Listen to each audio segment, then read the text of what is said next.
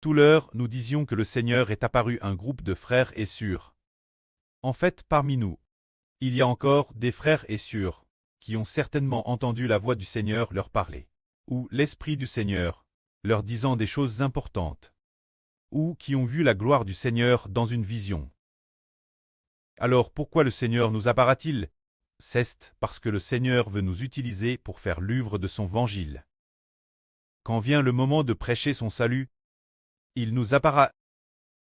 Et quand le Seigneur Jésus après ressuscite d'entre les morts, est apparu un groupe de disciples, les paroles que le Seigneur a dites n'est pas seulement pour eux, mais elles s'adressent aussi nous.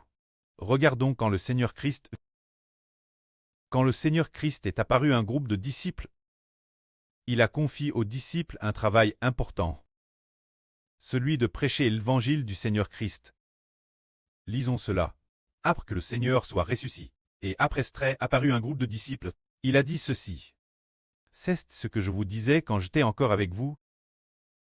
Les paroles que je vous ai dites, dans la loi de Mose, les prophètes et les psaumes, tout ce qui est écrit mon sujet, doit s'accomplir.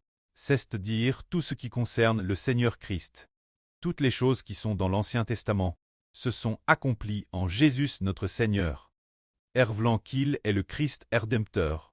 Alors le Seigneur a dit, il écrit dans l'Écriture, le Christ doit souffrir et ressusciter d'entre les morts le troisième jour. En son nom on doit prêcher la repentance et l'évangile du pardon des péchés, en commençant par Jérusalem, jusque toutes les nations. Vous êtes témoins de ces choses. J'enverrai sur vous le Saint-Esprit que mon Père a promis. Descendre sur vous. Restez dans la ville de Jérusalem et attendez, jusqu'à ce que vous receviez la puissance du Saint-Esprit venant d'en haut. Le Seigneur a ordonné aux disciples, concernant le Seigneur Christ. L'Écriture ont prophétisé, le Christ souffre d'abord, ressuscite d'entre les morts. Et ainsi les hommes prêcheront le nom de Jésus, prêcheront le nom de Jésus, croire au nom de Jésus, et les péchés de cette personne seront pardonnés. Eh bien, elle recevra une vie nouvelle. Le Seigneur a de nouveau ordonné aux disciples.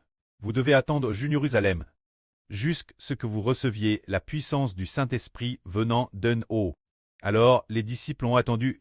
Après quelques jours, environ 7 jours plus tard, les disciples du Seigneur ont reçu le Saint-Esprit, et ils ont eu la force de témoigner pour le Seigneur Christ.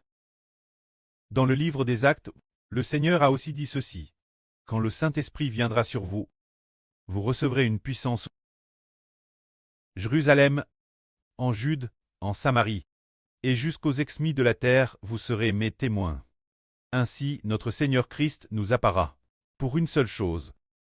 Témoigner en son nom pour le Seigneur Jésus-Christ.